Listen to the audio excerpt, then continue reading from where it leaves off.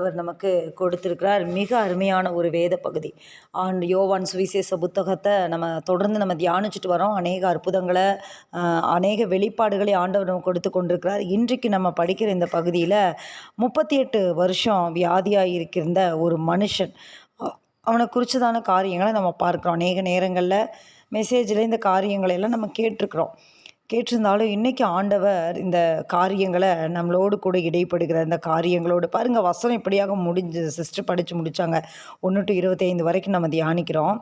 பாருங்க, மரித்தோர் தேவகுமாரனுடைய சத்தத்தை கேட்கும் காலம் வரும், அது இப்பொழுதே வந்திருக்கிறது, அதை கேட்கிறவர்கள் பிழைப்பார்கள் என்று மெய்யாகவே உங்களுக்கு சொல்கிறேன். மரிச்சு போனவங்க.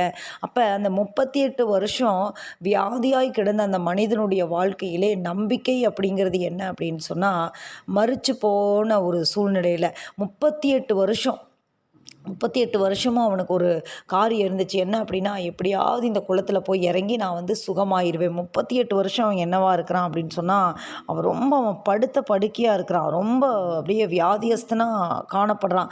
அவனுக்கு யாருமே ஹெல்ப் பண்ணுறதுக்கு ஒருத்தர் கூட இல்லை. அவனுக்கு உதவி செய்யறதுக்கு யாருமே இல்லை. அப்படிப்பட்ட சூழ்நிலைகள் மத்தியில் தான் ஆண்டவர் அவனை தேடி வருகிறார். பெதஸ்தா குளத்தில் அவன் என்ன காத்துட்ருக்கான் அப்படின்னா, பாருங்கள், அந்த பெதஸ்தா குளம் என்ன காரியம் அப்படின்னு சொன்னால், அந்த இடத்துல தேவதூதன் தண்ணியை கலக்கும்போது யார் முதல்ல இறங்குறானோ அவனுக்கு சுகம் கிடைச்சிருது, எப்பேற்பட்ட வியாதியாக இருந்தாலும். அதுபோல் இவன் நிறைய பேர்த்த பார்க்குறான். இந்த 38 வருஷம் தேவதூதன் கலக்கும்போது டக்குன்னு யாராவது இறங்கி அவன் சுகமாயிடுறான். இவனை தூக்கிட்டு போகிறதுக்கு யாரும் இல்லை. ஆனாலும் அவன் என்ன பண்ணுறான், அங்கேயே வெயிட் பண்ணுறான். என்னைக்காச்சும் ஒரு நாள் வராதா, எனக்கு சுகம் கிடைக்காது. அவனுடைய இருதயம் எப்படி இருந்திருக்கும் நீங்கள் நினச்சி பாருங்கள்.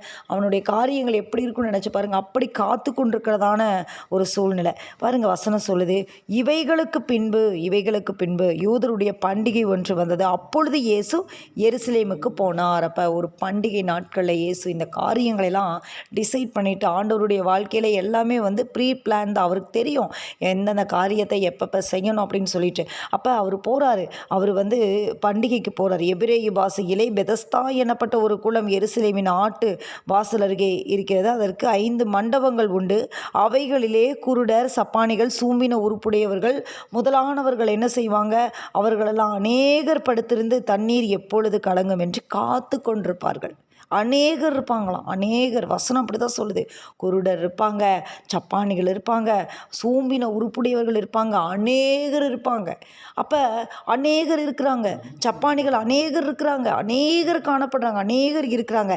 அந்த இடத்துல தான், ஏனெனில் சில சமயங்களிலே தேவதூதன் ஒருவன் அந்த குளத்தில் இறங்கி தண்ணீரை கலக்குவான். தண்ணீர் கலங்கின பின்பு யார் முந்தி அதில் இறங்குவானோ அவன் எப்பேற்பட்ட வியாதியஸ்தனாக இருந்தாலும் சொஸ்தமாவான். அப்பேற்பட்ட காரியம் இருக்கிறதுனால தான் இவங்க எல்லாரும் அநேகர் இருக்கிறாங்க. குருடர், சப்பானிகள், சூம்பின உறுப்புடையவர்கள் அநேகர் இருக்கிறாங்க அப்படின்னு வேதம் சொல்லுது. அங்கே 38 வருஷம் வியாதி கொண்டிருந்த ஒரு மனுஷன் அங்கேயே இருந்தான். 38 வருஷமாக அவனுக்கு பிரச்சனை. 38 வருஷம் நினச்சி பாருங்கள். அப்போ அவன் எவ்வளோ வயது உள்ளவனாக இருந்திருப்பான் அப்படின்னு சொல்லிட்டு. 38 வருஷம் அவனுக்கு பிரச்சனை. அவனுக்கு எத்தனை வயசு இருக்கும், அவனுடைய காரியங்கள் எப்படி இருந்திருக்கும், அதெல்லாம் நினைக்கும் போது ரொம்ப சிரமம், நம்மளுக்கு ரொம்ப வேதனையாக இருக்குது. அந்த காரியங்களை ரொம்ப ஆழ்ந்து படித்தோன்னா. படுத்திருந்த அவனை இயேசு பார்க்குறாரு. அவன் வெகு காலமாய் வியாதியஸ்தன் என்று அறிந்து அவனை நோக்கி, அப்போ பாருங்கள், ஆண்டவர் பார்க்குறாரு. இவன் ரொம்ப காலமாக ரொம்ப வியாதியாக இருக்கான், ரொம்ப காலமாக இவனுக்கு இந்த பிரச்சனை இருக்குது என்று சொல்லி அவனை நோக்கி, சொஸ்தமாக வேண்டும் என்று விரும்புகிறாயா என்று கேட்டார். நீ ஆசைப்படுறியா? எப்படி இருந்திருக்கு யோசிச்சு பாருங்கள். அதுக்கு தானே நான் இங்கே இருக்கேன். இந்த குளத்துக்கு அநேகர் இருக்கிறாங்க. அநேகர் பெதஸ்தா குளத்தருகே இருக்கிறாங்க.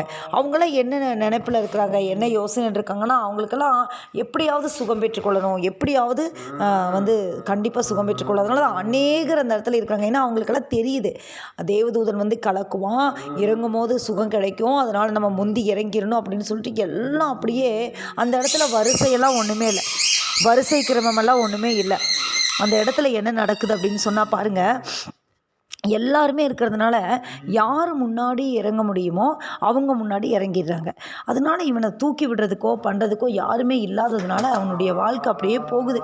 38 வருஷமாக அவனுடைய காரியங்கள், அவனுடைய வாழ்க்கை அப்படியே போயிட்டுருக்கு. அப்போ அந்த மனுஷன் ஆண்டவர்கிட்ட சொல்கிற அந்த வார்த்தையை பாருங்கள் என்ன அப்படின்னு சொல்லிட்டு, இயேசு அதற்கு வியாதியஸ்தன், ஆண்டவரே, தண்ணீர் கலக்கப்படும் போது என்னை குளத்தில் கொண்டு போய் விடுகிறதற்கு ஒருவரும் இல்லை. அப்போ மற்றவங்களுக்கெல்லாம் யாராவது ஹெல்ப்பர் இருக்கிறாங்க, கூட யாராச்சும் இருக்கிறாங்க, எப்படியாவது இவங்க சுகம் பெற்றுக்கொள்ளணும் அப்படின்னு சொல்லி, ஒருவேளை அவங்க உறவினர்களாக இருக்கலாம், எப்படியாவது பார்த்துட்டே இருந்துட்டு உனக்கு நான் ஹெல்ப் பண்ணிடுறேன் கண்டிப்பாக அப்படின்னு அவங்க கூடயே தங்கி அவங்க கூடயே இருந்து கண்டிப்பாக தேவதூதன் வந்து கலக்கும் போது டப்புன்னு உன்னை கொண்டு போய் நான் போட்டுறேன் அப்படின்னு சொல்லிட்டு அநேகரோட அவங்க சொந்தக்காரங்க இருக்கிறாங்க, உறவினர்கள் இருக்கிறாங்க, அவனை பார்த்துக்கிறவங்க இருக்கிறாங்க, அவன் மேலே அன்பாக இருக்கிறவங்க இருக்கிறாங்க. ஆனால் இவங்க கூட ஒருத்தர் கூட இல்லை அப்படின்றத பார்க்க முடியும். ஒருத்தர் கூட இல்லை, ஒருத்தருமே அவங்க கூட இல்லை. அப்போ அவன் சொல்கிறான், தன்னுடைய நிலைமையை எடுத்து சொல்கிறான். என்ன சொல்கிறான் அப்படின்னா, என்னை யாருமே இல்லை என்னை கொண்டு போய் விடுகிறதற்கு. அப்போ யோசிச்சு பாருங்கள், இந்த சுகமெல்லாம் பெற்றுக்கொண்டதுக்கு பின்னாடி இந்த மனுஷனை தேவாலயத்தில் ஆண்டவர் கண்டு, நீ வந்து ரொம்ப என்ன பண்ண அப்படின்னா, அதிக கேடானது ஒன்றும் நீ செய்யாத அப்படின்னு ஆண்டவர் வந்து சொல்லுவார். அப்போ பாருங்கள், 14வது வசனத்தில் இயேசு அவனை தேவாலயத்தில் கண்டு, இதோ நீ சொஸ்தமானாய், அதிக கேடானது ஒன்றும் உனக்கு வராதபடி இனி பாவம் செய்யாத. அப்போ அவன் யாருன்னா, ஒரு பாவம் செய்த ஒரு மனுஷன். ஒருவேளை அவனுடைய பாவத்தின் நிமித்தமாக அவனை எல்லாரும் ஒதுக்கியிருக்கலாம், அவன் குடும்பம் ஒதுக்கியிருக்கலாம், அவனுடைய நண்பர்கள் ஒதுக்கியிருக்கலாம், சூழ்நிலைகள் ஒதுக்கியிருக்கலாம், யாருமே அவனுக்கு இல்லாமல் போய் அவன் பாவம் செஞ்சதுனால தான் அவனுக்கு இந்த தண்டனை வந்துருச்சு, அதனால் அவன் போகட்டும், அவனை யாருமே கண்டுக்காதீங்கன்னு சொல்லி அவனை எல்லாருமே மறந்துட்டாங்க. அவன் வீட்டில் மறந்துட்டாங்க, அவன் சுற்றுப்புறத்தில் மறந்துட்டாங்க, அவனை எல்லாருமே மறந்துட்டாங்க. ஏன்னா ஒரு பாவி என்று வேதம் சொல்கிறது. அதிக கேடானது ஒன்றும் வராதபடிக்கு நீ பாவம் செய்யாதேன்னு ஆண்டவர் அவனை வந்து வார்ன் பண்ணுறாரு, எச்சரிக்கிறாரு. அப்போ அவன் எப்பேற்பட்டவன் அப்படின்னா, ஒரு பாவி. அப்பேற்பட்ட ஒரு மனுஷனுக்குள்ள அப்படி ஒரு 38 வருஷம் வியாதி அப்படியே அவன் கடக்கிற, அவனை ஆண்டவர் தேடி வராரு, அவனை தேடி வராரு. ஆண்டவர் இந்த உலகத்தில் வாழ்ந்த நாட்கள் அவருக்கு ஒரு பேரே என்னென்னா, பாவிகளின் சிநேகிதன். பாவிகளை தேடி தேடி போய் என்ன பண்ணுவார் அப்படின்னா, அவங்களுக்குள்ள ரட்சிப்பின் வெளிச்சத்தை காட்டுவார். உலகம் வந்து ஒரு தீர்ப்பு போட்டுரும், இவன் திருந்த மாட்டான், இனி அவ்வளவுதான், இவனுடைய வாழ்க்கை இப்படியே முடிஞ்சிடும். சகையை பாருங்க, அவன் ஆயக்காரன், அவன் ரொம்ப மோசமானவன், வரி வசூல், அவன் ரொம்ப என்ன பண்ணுவான், ஏமாத்துவான், அப்படிப்பட்ட ஒரு காரியங்கள், அவனுக்கு கூட பேச மாட்டாங்க, அப்படி ஒரு மோசமானவன். ஆனால் ஆண்டவர் அவனோட கூட வரும்போது அப்படியே என்ன ஆகுது, அவனுக்கு ஒரு ஆசை, எப்படி இருப்பார் இந்த ஆண்டவர், எப்படி இருப்பார், போய் காட்டத்தி மரத்தில் ஏறி அவரை வந்து பார்க்குறேன்னா, குள்ளமான மனுஷன், அவனால் பார்க்க முடியாது, ஜடக்கூட்டங்கள் வந்து அவனை வந்து நெருக்குனதுனால பார்க்க முடியாது, மரத்தில் ஏறி. ஆனால் ஆண்டவர் அவனுக்கு தெரியுது, ஆண்டவர் அவனுக்காக தான் வராரு. இறங்கி வா, உன் வீட்டில் இன்னைக்கு நான் தங்கணும் அப்படின்னு சொன்னோன்னே, இன்றைக்கு இந்த வீட்டுக்கு ரட்சிப்பு வந்து சொல்லும்படி எதுவுமே ஆண்டவர் சொல்ல, அவன் வந்து மனம் திரும்புகிறான். அப்படி தான் சில நேரங்களில் பாருங்கள், இங்கே ஆண்டவர் கேட்குற, நீ சொஸ்தமாக விரும்புறியா, நீ சொஸ்தமாக விரும்புறியா? 38 வருஷம் வியாதியாக கிடக்கிறவனுக்கு சொஸ்தமாக விருப்பம் இல்லாமல் இருக்குமா? யோசிச்சு பாருங்கள், கண்டிப்பாக உனக்கு விருப்பம் இருக்கும். யாருமே இல்லையே, எல்லாரும் கூட இருக்காங்களே. ஒருவேளை அவன் அந்த 38 வருஷங்கள் யோசிச்சிருக்கலாம், நான் தப்பு பண்ணிட்டேன், நான் இந்த மாதிரி காரியங்களை பண்ணிட்டேன், என்ன பாவம் செஞ்சான், அவன் என்ன செஞ்சான்றது விளக்கமாக விவரிக்கப்படலை. ஆனால் கண்டிப்பாக அந்த 38 வருஷங்கள் அவனுக்கு எதுக்காக கொடுக்கப்பட்டது அப்படின்னா, தன்னுடைய காரியங்களை அவன் உணர்ந்து என்ன பண்ணியிருப்பான் அப்படின்னா, வேதனைப்பட்டிருப்பான். இந்த நான் பண்ணிட்டேன், இந்த காரியத்தை இப்படி செஞ்சுட்டேன், நான் அப்படி பண்ணியிருக்க கூடாது, இந்த மாதிரி நான் செஞ்சுருக்க கூடாது என்று சொல்லி தன் மனசில் அவன் மனம் வருந்தி அப்படியே ஒரு சமாதானத்துக்கு நேரம், அப்படியே ஆண்டவருடைய அப்படியே அந்த சமாதானத்துக்கு நேரம் அவன் வந்திருக்கக்கூடும். தேவனை அந்த நாட்களில் இயேசு கிறிஸ்துவை தெரிஞ்சிருக்க அவனுக்கு வாய்ப்பு இல்லை.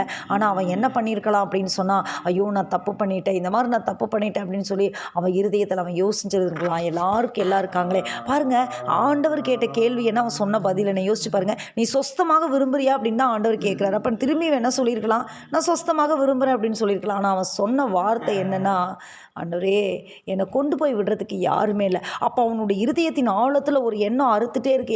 என்ன தெரியுமா, எனக்கு யாருமே இல்லை, என் கூட யாருமே இல்லை, எனக்கு சப்போர்ட் பண்ணுறதுக்கு யாருமே இல்லை, எனக்கு பாசமாக யாருமே இல்லை, என் கூட பேச யாருமே இல்லை. இன்றைக்கி அநேகருடைய இருதயங்கள் தவிக்கிற காரியங்கள் என்ன தெரியுமா, கூட யாருமே இல்லை, எனக்கு பக்கத்தில் யாருமே இல்லை, என்னை ஹெல்ப் பண்ண யாருமே இல்லை, நான் பேசுகிறது கேட்குறதுக்கு யாருமே இல்லை, என் குடும்பத்துக்கு யாருமே இல்லை, நாங்கள் தனியாக இருக்கிறோம், இந்த சூழ்நிலை இப்படி இருக்குது, இப்படி யோசித்து கொண்டிருக்கிற நம்மை பார்த்து ஆண்டவர் சொல்கிறாரு, நான் இருக்கேன், உனக்கு நான் இருக்கேன். மனிதர்கள் தள்ளினாலும், மற்றவங்க நம்மளை வெறுத்தாலும், யாருமே நம்ம கூட பேசலை அப்படின்னு சொன்னாலும், யாரும் நம்ம சூழ்நிலையை புரிஞ்சிக்கல அப்படின்னு சொன்னால் கூட, உனக்கு நான் இருக்கேன்.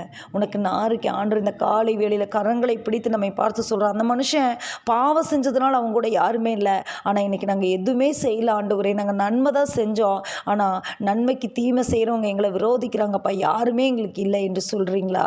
யாருமே உங்களை பார்க்குறக்கு இல்லைன்னு நினைக்கிறீங்களா? உங்கள் சூழ்நிலை யாருமே கேட்கலன்னு நினைக்கிறீங்களா? உங்களை காண்கிற தேவன் உண்டு.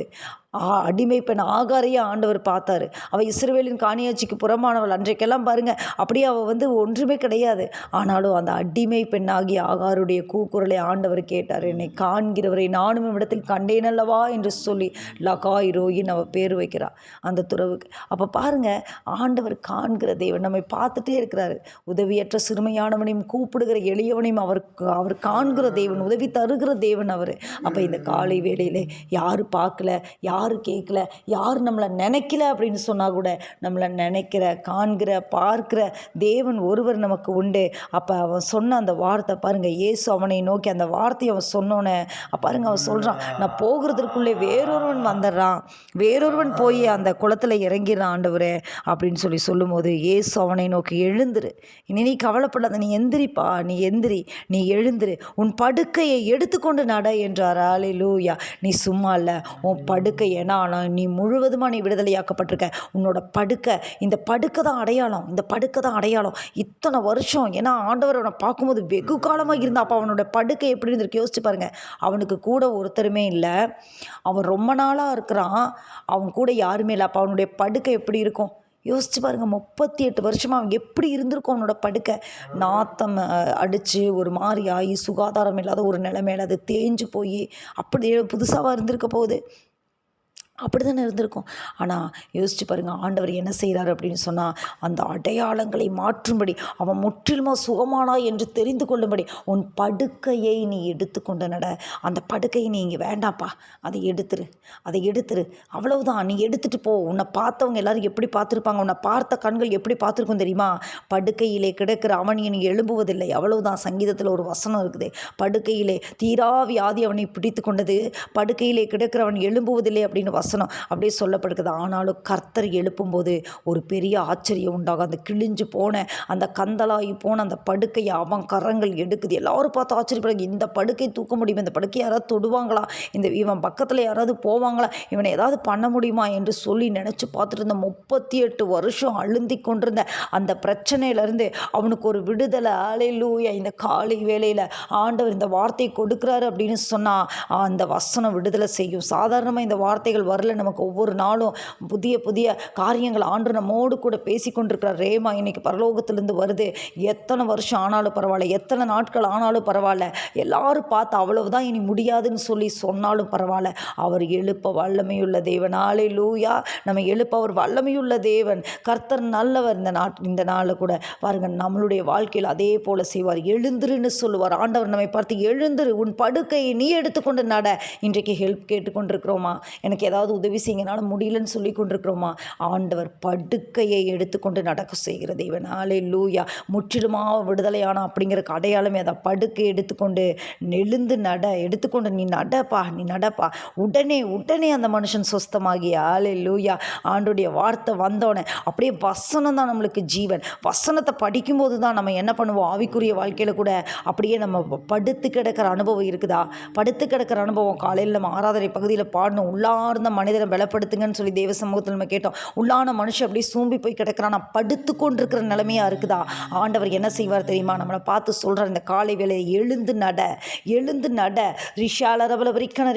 ஹல்லேலூயா. எழுந்து நட என்று சொல்கிறார் ஆண்டவர் நம்மை பார்த்து. எழுந்து நட. வசனம் வரும்போதே அது கிரியை செய்யும். ஹல்லேலூயா. ஆண்டவருடைய வார்த்தை அப்பேற்பட்டது. எழுந்து நட. ஆண்டவர் சொல்கிறார், நீ எழுந்து நடப்பா, நீ எந்திரிச்சு நட. மற்றவங்க பார்ப்பாங்க, இவ்வளவு நாள் அமைதியாக இருந்தானே, இவ்வளவு நாள் பேசாமல் இருந்தானே, எப்படி இந்த காரியம் இவனுக்குள்ளே வந்தது அப்படின்னு சொல்லி உடனே அந்த மனுஷன் சுஸ்தமாகி தன் படுக்கையை எடுத்துக்கொண்டு நடந்து போனான். அந்த நாள் ஓய்வு நாளாக இருந்தது. அல்லேலூயா. படுக்கை எடுத்துக்கொண்டு உடனே அந்த மனுஷன் என்ன பண்ணிட்டான், எந்திரிச்சு நடந்து போகிறான். எவ்வளோ பெரிய அற்புதம். 38 வருஷம் அவனை பார்க்க யாருமே இல்லை, 38 வருஷம் அவங்க கூட யாருமே இல்லை, 38 வருஷம் அவனுக்கு ஒரு காரியமே இல்லை. முந்தி எல்லாரும் போயிடுறாங்க, இவனை கொண்டு போய் விடுறதுக்கு யாருமே இல்லை. ஆனால் ஒரு நாள் வருகிறது, அந்த நாள் இவனுக்கான சுகமாகிறதான அந்த நாள். ஆண்டவர் இவனை தேடி வர்றாரு. சம்பவங்களுக்கு பின்பு என்று வேதம் சொல்கிறது. இவைகளுக்கு பின்பு என்று வசனம் சொல்லுகிறது. 5வது அதிகாரம் 1வது வசனம் அப்படிதான் தொடங்குது. இவைகளுக்கு பின்பு. அப்போ ஒரு காரியத்தை முடிச்சிட்டு இருக்கிறாரு. இப்போ உங்களுக்கு இன்னும் டிலே ஆயிட்டு இருக்கா? ஆண்டவர் ஒரு காரியத்தை முடிக்கிறாரு, ஒரு காரியத்தை செஞ்சுட்டு இருக்காரு. அந்த காரியம் முடிந்ததற்கு பின்னாடி இவைகளுக்கு பின்பு ஆண்டவர் வருவார், உங்க பக்கத்துல வருவார். அவருடைய பார்வை அப்படியே உங்க பக்கமா திரும்பும். உங்களுக்கு செய்ய வேண்டிய காரியங்கள் என்ன? அதனால நம்பிக்கை விட்டுறாதீங்க. எனக்கு அவ்வளவுதான் நம்பிக்கை இல்லை, நான் எவ்வளவோ நாள் காத்துட்டேன் சிஸ்டர், 38 வருஷம் ஆயிடுச்சு, எனக்கு நீ நம்பிக்கை இல்லை, இந்த பிரச்சனையில் எனக்கு நம்பிக்கை இல்லைன்னு சொல்கிறீங்களா? இல்லை, பார்வை உங்கள் பக்கம் திரும்ப போகுது. இவைகளுக்கு பின்பு ஒரு காரியத்தை முடிச்சுட்டு அப்படியே டிசைன் பண்ணிட்டு வராரு. ஆண்டவர் வராரு, உங்கள் வாசல் பக்கமாக வராரு, உங்களுடைய வீட்டு பக்கமாக வராரு, உங்கள் சூழ்நிலை பக்கமாக வராரு, உங்களுடைய பிரச்சனைகளின் பக்கமாக வராரு. நீங்கள் எந்த காரியத்திற்கு அலங்கி அழுது நிற்கிறீங்களோ, எந்த காரியத்தில் நம்பிக்கை இல்லைன்னு சொல்கிறீங்களோ, எந்த காரியம் கிடப்பிலே போடப்பட்டிருக்குதோ, எதில் உங்களுக்கு யாருமே ஹெல்ப்புக்கு இல்லைன்னு சொல்கிறீங்களோ, அந்த காரியத்தில் அவர் வராரு. எழுந்து நட, உன் படுக்கை எடுத்துக்கொண்டு எழுந்து நட. அல்லேலூயா. அதே போல் அவனுடைய காரியங்கள் சொஸ்தமாகிறது, எழுந்து நடக்கிறான். பாருங்க, இங்கே ஒரு காரியம் நடக்கிறது, அது ஓய்வு நாளாக இருக்கிறது. அன்றைய நாட்களிலே ஓய்வு நாள் பிரமாணம் உண்டு. ஓய்வு நாளில் வேலை செய்யக்கூடாது. யூதர்கள் பாருங்க, பரிசேயர்கள் காரியங்கள் உண்டு. அப்போ இந்த காரியங்கள்லாம் ஓய்வு நாளிலே சம்பவிக்கிறது. ஆண்டவர் அநேக குணமாக்குகிற காரியங்களை ஓய்வு நாளில் தான் செய்கிறாரு. பாருங்க, தேவாலயத்தில் இருக்கிற ஒரு ஆபிரகாமின் குமாரத்தியாகி அவளை பலவீனத்திலிருந்து விடுதலையாக்குறது ஓய்வு நாளில் தான். சூமின கையுடைய மனுஷனை குணமாக்குறது அது ஓய்வு நாள். அது ஓய்வு நாளில் தான் நிறைய காரியத்தை செய்கிறார். மனுஷன் ஓய்வு நாளுக்காக, ஓய்வு நாள் தான் மனுஷனுக்காக உண்டாக்கப்பட்டது, மனுஷன் ஓய்வு நாளுக்காக உண்டாக்கப்படலைன்றதை அழகாக ஆண்டவர் தெளிவாக பேசுவார். ஓய்வு நாள்னா என்ன அப்படிங்கிறத குறித்து காரியங்களை பாருங்கள். இப்போ அதனால் யூதர்கள் என்ன செய்கிறாங்களாம்? 10வது வசனம் சொல்லுது, குணமாக்கப்பட்டவனை நோக்கி இது ஓய்வு நாளாக இருக்கிறதே, படுக்கை எடுத்துக்கொண்டு போகிறது உனக்கு நியாயமில்லைன்றார்கள். எப்படி இருக்கு யோசிச்சு பாருங்கள். அவன் 38 வருஷம் வியாதியாக கிடக்கிறான். 38 வருஷம் வியாதியாக கிடந்த அவனுக்கு ஒரு சுகம் கிடைச்சிருக்கு. எப்படி அவனுக்கு சுகம் கிடைச்சுன்னு சொல்லி ஆச்சரியப்படாமல், சந்தோஷப்படாமல், பிரமிக்காமல், ஆண்டவரை புகழாமல் இவங்க என்ன சொல்கிறாங்க அப்படின்னா, இது ஓய்வு நாள். ஏன்னா அவ்வளோ ஒரு வைராக்கிய வெறியாக இருந்தாங்க. ஏன் நியாயப்பிரமாணத்தை ஆண்டவர் நியாயப்பிரமாணத்தின் நிறைவேறுதலாய் ஆண்டவர் வர்றாரு. என்ன நிறைவேறுதல் அப்படின்னு சொன்னால், ஒரு பழுதற்ற ஆட்டுக்குட்டி, பஸ்காவின் ஆட்டுக்குட்டி அடிக்கப்படணும்.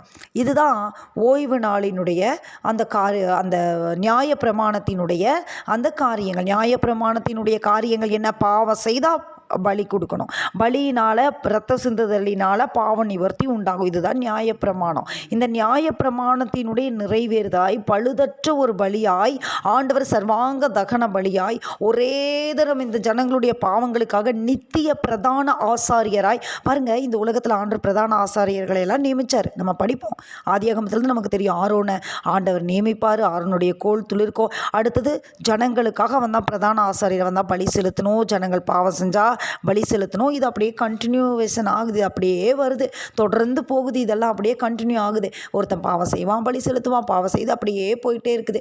அப்போ ஆண்டவர் இதெல்லாம் பார்க்குறாரு. அப்போ இவனும் இந்த ஆசாரியனும் அவனுக்காக பலி செலுத்திக்கணும். ஏன்னா அவனும் ஒரு பாவமுள்ள மனுஷன்தான். ஆனால் இதெல்லாம் செய்ய பாவம் பெருக பெருக பலியும் பெருகுச்சு. இதுக்கு ஒரு முடிவே இல்லாமல் அது ஒரு பலவீனமாக இருக்குது. அது ஒரு உபாத்தியர் மாதிரி தான் அப்படின்னு சொல்லி வசனம் சொல்லுது.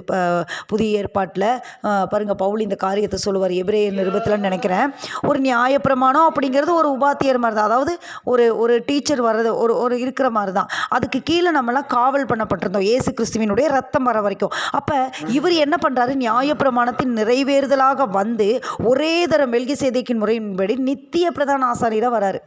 ஆசாரியர்கள் மாறுவாங்க, ஏன்னா அவங்க மரணம் வரும், அவங்க ஆரோன் மரிப்பார், ஆரோனுடைய பையன் வருவான், அடுத்து அவனுடைய பையன் இப்படியே போகும். ஆனால் இங்கே இவர் மட்டும்தான் நித்திய பிரதான ஆசாரியர். மெல்கிசேதேக்கின் முறையின்படி ஒரே தரம் அவரே தன்னை பலியாக கொடுக்குறாரு, பழுதற்ற பலியாக. இதுதான் நியாயப்பிரமாணத்தினுடைய நிறைவேறுதல். அவ்வளோதான், சிம்பிள், பெரிய ஒரு காரியமெல்லாம் இல்லை. நியாயப்பிரமாணத்தினுடைய நிறைவேறுதல் அப்படின்னா என்னென்னா இதுதான். ஆண்டவர் இப்படி தான் செய்கிறாரு, வராரு. அப்போ இந்த ஓய்வு நாளை குறித்து இவங்களுக்கெல்லாம் ஒரே சங்கடம். என்னடா ஓய்வு நாளில் இவங்க அதை தான் முக்கியமாக பார்க்குறாங்க.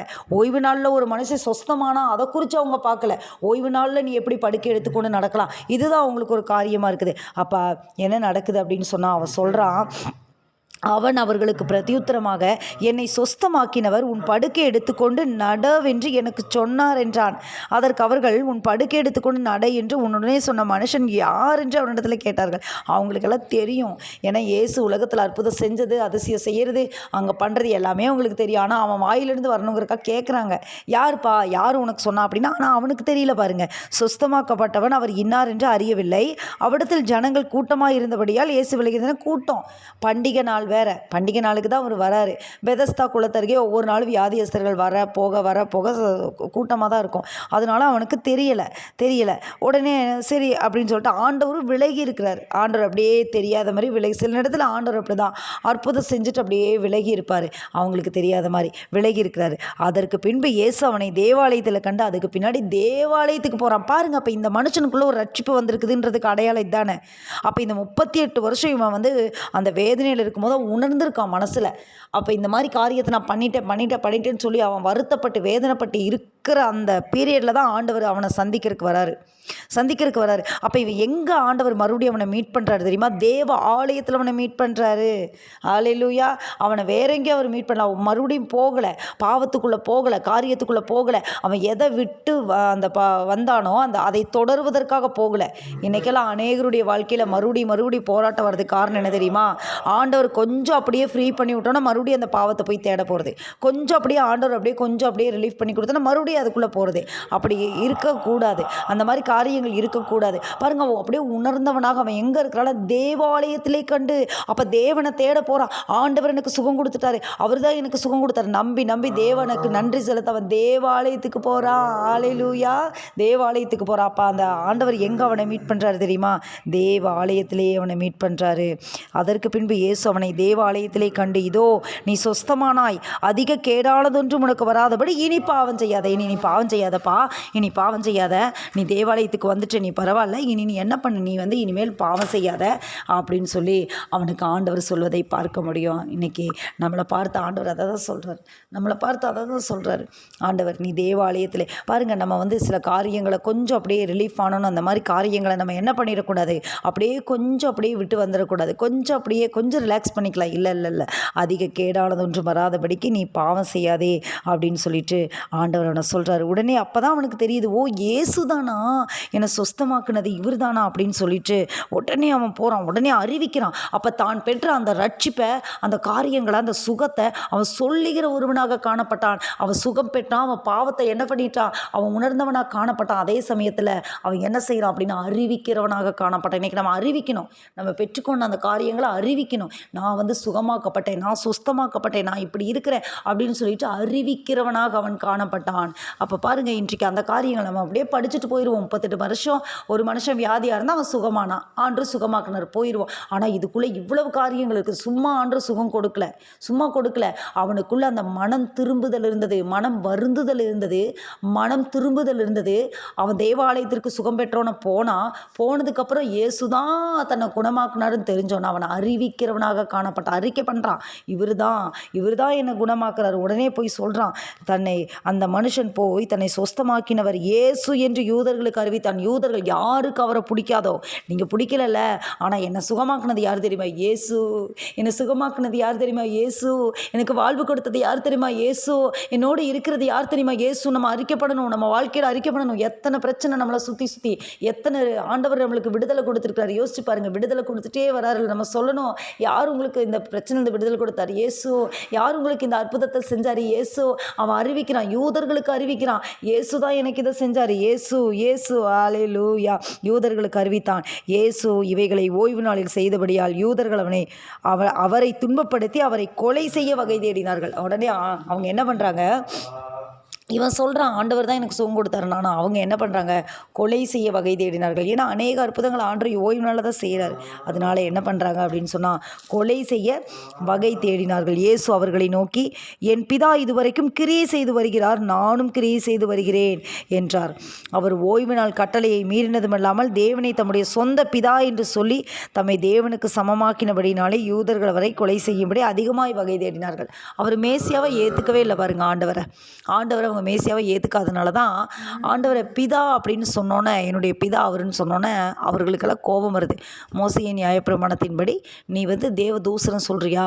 ஏன்னா நியாயப்பிரமாணத்தின்படி அப்படி சொல்கிறவனை என்ன பண்ணிடணும், கொலை செய்கிறது தான் நியாயப்பிரமாணத்தினுடைய சட்டம்.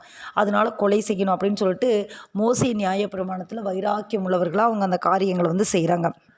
அப்பொழுது இயேசு அவர்களை நோக்கி, மெய்யாகவே மெய்யாகவே நான் உங்களுக்கு சொல்கிறேன், பிதாவானவர் செய்ய குமாரன் காண்கிறது எதுவோ அதையே என்று வேறொன்றையும் தாமாய் செய்ய மாட்டார். அப்போ இதிலிருந்தே தெரியுது பிதாவும் குமாரனும் ஒன்றா இருக்கிறாங்க. அப்போ பிதா சொல்கிறத தான் குமாரன் செய்வார், அதை தான் அவர் நிறைவேற்றுவார், வேற ஒன்றும் தானாக அவர் செய்ய மாட்டார். அவர் எவைகளை செய்கிறாரோ அவைகளை குமாரனும் அந்தபடியே செய்கிறார். பிதா செய்கிறத தான் குமாரன் செய்கிறாரு. அவர் பிதா என்னென்ன பண்ணுறாரோ அதை மட்டும்தான் குமாரன் செய்கிறாரு. பிதாவானவர் குமாரனிடத்தில் அன்பாய் இருந்து தாம் செய்கிறவைகளையெல்லாம் அவருக்கு காண்பிக்கிறார். எல்லாத்தையும் பிதா என்ன பண்ணுறாரு, காண்பிக்கிறாரு, குமாரனுக்கு காண்பிக்கிறார். இந்த யோவான் சுவிசேஷ புத்தகம் பாருங்க, நம்ம மத்தேயு சுவிசேஷங்களை எல்லாம் நம்ம மத்தேயு, மார்க்கு, லூக்கா, யோவான் 4 சுவிசேஷ புத்தகம் பாருங்க. இந்த 4 சுவிசேஷ புத்தகத்திலையும் ஆண்டவர் வெளிப்படுத்துகிற விதம் ஆச்சரியமாக இருக்கும் பாருங்க. தேவனுடைய குமாரன் இயேசுதான் தெய்வம் அப்படிங்கிறத நல்ல ஒரு வெளிப்படையாக சொல்லுகிற அந்த புத்தகம் என்ன, யோவான் சுவிசேஷ புத்தகம். இவர் தான் மெய்யான தேவன், நானே வழியும் சத்தியமும் ஜீவன். இதில் நம்ம படிக்கும்போது ஆண்டவர் தான் வழி, ஆண்டவர் தான் மீட்பு, ஆண்டவர் தான், இதை சொல்கிறது தான் இந்த யோவான் புத்தகம். அது மாதிரி ஒவ்வொரு சுவிசேஷ புத்தகத்துக்கும் ஒவ்வொரு காரியங்கள் இருக்குது. ஒவ்வொரு புத்தகமும் ஆண்டவரை ஒரு கோணத்தில் காட்டும். நம்ம நினைப்போம் எல்லாமே அதே தானே. ஒரு சில சம்பவங்கள் ஒரு மாறுபட்ட மாதிரி எழுதியிருக்கும், ஒரு சில சம்பவங்கள் இதில் முன்னாடி இருக்கும் பின்னாடி இருக்கும், ஆனால் 4மே ஒன்று தான் நம்ம நினைப்போம். ஆனால் ஒவ்வொருத்தரும் எழுதின ஆத்தர் வேறு, அவங்களாம் சீசர்கள் தான், பரிசுத்தாவினால் ஏவப்பட்டு எழுதுகிறாங்க. ஆனால் பாருங்கள், இதில் அவர்கள் வெளிப்படுத்தி காட்டுகிற விதம் ஆச்சரியமாக இருக்குது. இயேசுவே தேவன் அப்படின்னு சொல்கிற காரியங்கள் தான் இந்த யோவான் சுவிசேஷ புத்தகம். பாருங்க, இந்த இடத்துல அவர் சொல்கிறாரு, பிதாவும் நானும் வேற வேற இல்லை, நாங்கள் 2 பேரும் ஒன்று தான் அப்படின்னு சொல்லி இயேசு சொல்கிறாரு. பிதாவானவர் குமாரனிடத்தில் அன்பாக இருந்து தாம் செய்கிறவைகளை எல்லாம் அவருக்கு காண்பிக்கிறார். நீங்கள் ஆச்சரியப்படத்தக்கதாக இவைகளை பார்க்கிலும் பெரிதான கிரியைகளையும் அவருக்கு காண்பிப்பார். பிதாவானவர் மரித்தோரை எழுப்பி உயிர்ப்பிக்கிறது போல குமாரனும் தமக்கு சித்தமானவர்களை உயிர்ப்பிக்கிறார். அல்லேலூயா. அப்போ அவருக்கு சித்தமானவர்களை உயிர்ப்பிக்கிறார். எப்படி பிதா உயிர்ப்பிக்கிறாரோ அதே போல குமாரனும் தமக்கு சித்தமானவர்களை உயிர்ப்பிக்கிறார். ஆண்டவர்கிட்ட கேட்கலாம், ஆண்டவரே, உலர்ந்து போன என்னுடைய வாழ்க்கை, உலர்ந்து போன என்னுடைய ஜீவியம், உலர்ந்து போன என்னுடைய பரிசுத்த வாழ்க்கை, உலர்ந்து போன காரியங்களை நீங்கள் உயிர்ப்பிக்கணும் ஆண்டவரை. கேட்கலாமா ஆண்டவர்கிட்ட? ஆண்டவர் உயிர்ப்பிப்பார். அதற்கு தான் நம்ம காலையில் தேவ சமூகத்தில் வர்றோம். நம்ம ஆவி, ஆத்மா, சரீரம் இதுக்குள்ளே எல்லாம் ஒரு உயிர்ப்பித்தல் உண்டாகணும். திரும்பவும் எங்களை உயிர்ப்பிக்க மாட்டீரோ அப்படின்னு சொல்லி தாவீது ஜெபிக்கிறத பார்க்க முடியும். அப்போ அடிக்கடி நம்மளுக்கு நம்மளை ரெஃப்ரெஷ் பண்ணிக்கணும் நம்ம வாழ்க்கையில். பாருங்கள், நம்ம எங்கேயாவது வெளியில் போயிட்டு வந்தால் உடனே என்ன பண்ணுறோம், உடனே நம்ம நம்மளை ஃப்ரெஷ் ஆக்கிக்கணும் நம்ம நினைக்கிறோம். உடனே போய் குளிக்கிறோம், காரியங்களை பண்ணுறோம். ஐயோ, நான் பஸ்ஸில் போயிட்டு வந்தேன்ப்பா, நான் அந்த வெளியில் ட்ராவல் பண்ணிட்டு வந்தேன்ப்பா, ஒரு கடைக்கு போயிட்டு வந்தேன்ப்பா, எனக்கு அப்போ நம்ம என்ன பண்ணுறது, உலகத்தில் வாழ்கிற நாம் டெய்லியும் நம்ம என்ன செய்யணும் அப்படின்னு சொன்னால் நம்மளை என்ன பண்ணிக்கணும், புதுப்பிச்சு கொண்டே இருக்கணும். அதுதான் தேவ சமூகம். உயிர்ப்பிச்சுட்டே இருக்கணும், நம்மளை உயிர்ப்பிக்கணும். உயிர்ப்பிக்கப்படுதல் எந்த ஒரு கிறிஸ்துவனுடைய வாழ்க்கையில உயிர்ப்பிக்கப்படுதலையோ சீக்கிரம் சோர்ந்து போயிடுவான். இதுதான் காரியம். ஏன் நம்ம சில நேரத்தில் சீக்கிரம் சோர்ந்து போயிடுறோம்? ஏன் நம்மளுக்கு ஒரு இன்ட்ரெஸ்ட் வரல ஜெபம் பண்ணுறதுல, வேத வாசிக்கிறதுல, கர்த்தருடைய காரியத்தில்? ஏன் அப்படின்னா புதுப்பிக்கப்படுதல் வேண்டும். ஒவ்வொரு நாளும் புதுப்பிக்கப்படணும். இங்கே இணைப்பில் இணைந்திருக்கிற உங்களுக்கு பின்னாடி நிறைய காரியம் இருக்கும், சோர்வு, டயர்ட், அதெல்லாம் விட்டுட்டு தான் தேவ சமூகத்தில் வந்திருக்கீங்க. அப்போ இந்த சமூகத்துக்கு எதுக்கு வந்திருக்கிறீங்க அப்படின்னா அதனுடைய அந்த ரகசியம் உங்களுக்கு தெரியுது. காலையில் அந்த ஜெபத்துக்குள்ளே போயிட்டு அவ்வளோ ஒரு உற்சாகமாக இருக்குது, எனக்கு ரொம்ப நல்லா இருக்குது, என்னுடைய ஆவி உயிர்ப்பிக்க. அப்போ இந்த உயிர்ப்பிக்கப்படுதல் நம்மளுக்கு வேணும். இது இல்லைன்னா நம்ம என்ன ஆயிரும், விளக்கு அணைஞ்சிரும். அதுதான் இந்த புத்தியுள்ள கனிகள், புத்தி இல்லாத கனிகள். அவங்க என்ன பண்ணிட்டாங்க, அவங்க ஆண்டு பிள்ளைங்க தான், இந்த மாற்றுக்கருத்து இல்லைனா எண்ணெய் இல்லை, அவங்க எரியறதுக்கு, பிரகாசிக்கிறதுக்கு எண்ணெய் இல்லை. அப்போ இந்த எண்ணெய் எங்கே கிடைக்கணும், தேவ சமூகம். அது அதிகாலையில் தான் கிடைக்கும். அதிகாலையில் தான் இந்த கிருபை கிடைக்கும். அதிகாலை வேளையில் தான் நம்ம என்ன பண்ண முடியும், புதுப்பிச்சு கொள்ள முடியும். நம்மளை அப்படியே வசனம் அப்படியே பனி போல இறங்கும். ஏன்னா அதிகாலை வேளை நம்ம மூளையில் எந்த சிந்தனைகளுமே இல்லாத நேரத்தில் அந்த வசனம் அப்படியே பனி போல் நம்ம இருதயத்தில் இறங்கும் போது அது அப்படியே பதிஞ்சிரும். இந்த நாளெல்லாம் பாருங்கள், நீங்கள் யோசிச்சு பாருங்களேன். ஒரு நாள் நீங்கள் அதிகாலை ஜெபத்துக்கு வராத நாளும் அதிகாலை ஜெபத்துக்கு வந்த நாளும் நீங்கள் யோசிச்சு பாருங்கள். அதிகாலை ஜெபத்துக்கு வந்த நாளில் அந்த நாளெல்லாம் நம்ம கேட்ட வசனம் காதில் துணிச்சிட்டே இருக்கும். அந்த நாளெல்லாம் துணிக்கும். ஏதோ ஒரு வேலை செய்கிறோமா, ஏதோ ஒன்று பண்ணுறோம், அந்த வசனம் நம்ம கூட கிரியை செய்யும், இடைப்பட பேசும். நம்ம ரொம்ப அப்படியே நம்ம ஸ்ட்ரகிளுக்குள்ளே போகிற மாதிரி இருந்தாலும் அந்த வசனம் வார்த்தை அப்படியே திடப்படுத்த நம்மளை பேசும். ஆண்டவருக்கு தெரியும், இன்றைக்கி எந்த சூழ்நிலையில் என் பிள்ளை போக போகிறா, நான் எப்படி வசனத்தை கொடுத்து திடப்படுத்தணும், எப்படி நான் அவங்கள சேவ் பண்ணணும்னு ஆண்டவருக்கு தெரியும். அப்போ இந்த அதிகாலை ஜெபத்துக்குள்ளே நம்ம வரலினா, நம்ம போகலை அப்படின்னா நம்மளுக்கு அந்த ஒரு பலன் குறைஞ்ச மாதிரி நம்மளுக்கு நல்லா நம்மளுக்கு தெரியும். அப்போ இந்த உயிர்ப்பிக்கப்படுதல் நம்மளுக்கு வேணும். உயிர்ப்பிக்கப்படுதல் இது ஆண்டவர் செய்கிறாரு, டெய்லியும் செய்கிறாரு. டெய்லி செய்கிறப்போ ஒவ்வொரு நாளும் புதுசாக தராரு, புதிய கிருபை. ஒவ்வொரு நாளும் புது கிருபை. ஒரு நாளை வச்சுட்டே நம்ம ஒரு வருஷத்தை ஓட்டிட முடியாதுல்ல. ஒவ்வொரு நாளும் என்ன வேணும் அப்படின்னு சொன்னால் அந்த கிருபை நம்மளுக்கு வேணும். புது கிருபை, புது கிரியை, அந்த காரியங்கள் வேணும். அந்த உயிர்ப்பிக்கப்படுதல் நம்மளுக்கு வேணும். அப்போ ஆண்டவர் எப்படிப்பட்ட தேவன் அப்படின்னா உயிர்ப்பிக்கிறார் நம்மளை. அன்றியும் பிதாவை கனம் பண்ணுகிறது போல எல்லாரும் குமாரனையும் கனம் பண்ணும்படிக்கு பிதாவானவர் தாமே ஒருவருக்கும் நியாயந்தீர்ப்பு செய்யாமல் நியாயந்தீர்ப்பு செய்யும் அதிகாரம் முழுவதும் குமாரனுக்கு ஒப்பு கொடுத்திருக்கிறார். நியாயந்தீர்ப்பு செய்கிற அதிகாரம் அவருக்கு தான் இருக்குது. அதனால தான் சங்கீதம் 2 சொல்லுது, குமாரன் கோபம் கொள்ளாமலும் நீங்கள் வழியிலே அழியாமலும் இருக்கும்படிக்கு அவரை முத்தம் செய்யுங்கள். கொஞ்ச காலத்தில் அவருடைய கோபம் பற்றி எறியும் அவர் அண்டிக் கொள்கிறார், அவரும் பாக்கியவர்கள். அப்போ ஏன் அப்படி நியாயந்தீர்ப்பு செய்கிறார்? அவர் தான் சகல மக்களின் அந்த பாவங்களுக்காக தன்னுடைய பரிசுத்தமுள்ள ரத்தத்தை கொடுக்குறாரு. பிதா வந்து அவரை ஒப்பு கொடுக்குறாரு குமாரனை. எல்லாத்தையும் பாருங்கள், நீங்கள் வந்து இவ்வளவாய் உலகத்தில் அன்பு கூர்ந்து அகாபே தேவனுடைய அன்பு, இந்த பையனையே கொடுக்குற, குமாரனையே கொடுக்குற அப்படி சொல்லி குமாரனை கொடுக்குறாரு. அப்போ நியாயந்தீர்ப்பு செய்கிற அதிகாரத்தை யாரு கொடுக்குறாரு? குமாரனுக்கே கொடுக்குறாரு. நியாயந்தீர்ப்பு நீ செய்ப்பா அப்படின்னு சொல்லி. நியாயந்தீர்ப்பு யார் பண்ணுவா? அவர் தான் நீதியுள்ள நியாயாதிபதி. அவர் தான் நியாயந்தீர்ப்பு செய்கிற தேவன். எல்லாத்தையும் அவர் கொடுத்துருக்கிறார். குமாரனை கனம் பண்ணாதவன் அவரை அனுப்பின பிதாவையும் கனம் பண்ணாதவனாக இருக்கிறான். சில நேரத்தில் நம்ம யெகோவா விட்னஸினுடைய அந்த தவறான உபதேசங்கள்லாம் போகும். அவங்க எப்படி பார்ப்பாங்கன்னா, இயேசு வந்து தெய்வம் இல்லை அப்படின்னு சொல்லி தேவ மகிமையை வந்து குறைச்சி பேசுவாங்க, குறைச்சி பார்ப்பாங்க. ஒரே ஒரு வசனத்தை மட்டும் ஆதாரமாக எடுத்து, அதெல்லாம் நம்ம ரொம்ப எச்சரிக்கையாக இருக்கணும். அவங்களுக்கு காரியம் இல்லை. இப்போ பாருங்கள், யோவான் சுவிசேஷம் படிக்க நமக்கு அந்த தெளிவான காரியங்கள் வருகிறது. குமாரன் வந்து ஆண்டவர் வந்து கனப்படுத்துகிறார் குமாரனை. அப்போ பாருங்கள், இது வந்து திரியேகத்தின் அந்த காரியங்கள். இதை வந்து திரியேகன்ற வார்த்தை வேதத்தில் இல்லாமல் இருக்கலாம். ஆனால் பாருங்கள், இந்த காரியங்கள் நம்ம திரியேக தேவனை நம்ம ஆராதிக்கிறோம். பிதா, குமாரன், பரிசுத்த ஆவியானவர் மூவரும் ஒன்றாக இருக்கிறார்கள். அது தனித்தனியாக அப்படின்லாம் ஒன்றுமே கிடையாது. அந்த ஆழத்துவங்கள் தான் வேற ஒழிய மூவரும் ஒன்றாக இருக்கிறார்கள். பிதாவை உடையவன், குமாரனை உடையவன், ஜீவனை உடையவன், தேவனுடைய குமாரன் இல்லாதவன், ஜீவன் இல்லாதவன். இப்படியெல்லாம் நம்ம வசனங்களை யோவான் மறுபடியும் எழுதுவார். 1 யோவான் 2 யோவானில் இந்த காரியங்கள் அப்படியே டீப்பாக எக்ஸ்ப்ளனேஷன் கொடுத்துருப்பாரு. அப்போ இன்றைக்கெல்லாம் நிறைய தவறான உபதேசங்கள். அப்போ இந்த காரியங்களை நம்ம நல்லா புரிஞ்சுக்கணும். பிதா, குமாரன், பரிசுத்த ஆவி எல்லாம் மூவரும் ஒன்றாக இருக்கிறார்கள். அந்த ஆழ்தன்மைகள் தான், வெளிப்படுகிற விதங்கள் தான் வேறைய ஒழிய அவங்க வேற கிடையாது அப்படிங்கிறத நம்ம நல்லா புரிஞ்சுக்கணும். குமாரனை கனம் பண்ணாதவன் அவரை அனுப்பின பிதாவையும் கனம் பண்ணாதவனாக இருக்கிறான். என் வசனத்தை கேட்டு என்னை அனுப்பினவரை விசுவாசிக்கிறவனுக்கு நித்திய ஜீவன் உண்டு. இப்படி தான் முடியும். இந்த யோவானில் இருக்கிற வார்த்தைகள் வசனங்கள்லாம் இப்படி தான் முடியும். நித்திய ஜீவன் இருக்கோ, நித்திய இதே தான் 1 யோவான் 2 யோவான், அதில் இந்த காரியங்கள் தான் நம்மளுக்கு 3 யோவான் இதில் தான் வெளிப்படுத்தப்பட்டிருக்கும். அப்போ அந்த நித்திய ஜீவன், ஆண்டவர் தான் தேவன், மெய்யான ஜீவன், மெய்யான ஒளி. அவரை விசுவாசிக்கிறவங்களுக்கு நித்திய ஜீவன். பாருங்கள், ஆண்டவர் சொல்கிறார், என் வசனத்தை கேட்டு என்னை அனுப்பினவரை விசுவாசிக்கிறவனுக்கு நித்திய ஜீவன் உண்டு. அவன் ஆக்கினை தீர்ப்புக்கு உட்படாமல் மரணத்தை விட்டு நீங்கி. அப்போ ஆக்கினைக்கு அவன் போக மாட்டான். ஏன்னா குமாரன் தான் நியாய தீர்ப்பு கொடுக்குற அதிகாரம் அவருக்கு இருக்குது. அப்போ குமாரனை விசுவாசிக்கலை அப்படின்னு சொன்னால் நம்மளுக்கு என்ன ஆகும்னா ஆக்கினை தீர்ப்பு. அப்போ வசனத்தை கேட்டு வசனத்தின்படி செய்யலைன்னா ஆக்கினை தீர்ப்பு.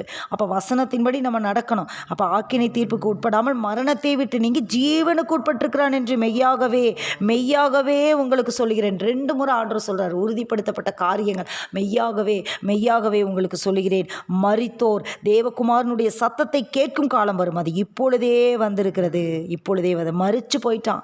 அந்த 38 வருஷம் வியாதியாக இருந்து அவன் சரீரத்தில், சிந்தனையில், எல்லாத்துலேயும் மறித்து அவனுடைய வாழ்க்கையில் அப்படியே ஒரு மனம் திரும்புதலுக்கு நேராக கடந்து போகக்கூடிய ஒரு சூழ்நிலை வந்துச்சு. அப்போ மரித்தோர் கூட, மறித்து போனவங்க தேவனுடைய சத்தத்தை கேட்கும் காலம் வரும். அது இப்பொழுதே வந்திருக்கிறது. எப்போ வரும் யோசிச்சு பாருங்கள். இந்த வசனம் ரொம்ப மறைபொருள்கள் நிறைய இருக்குது. இந்த ஒரு வசனத்துக்குள்ளே நிறைய காரியங்கள் இருக்குது. மரித்தோர் தேவ சத்தத்தை எப்போ கேட்பாங்க யோசிச்சு பாருங்கள்.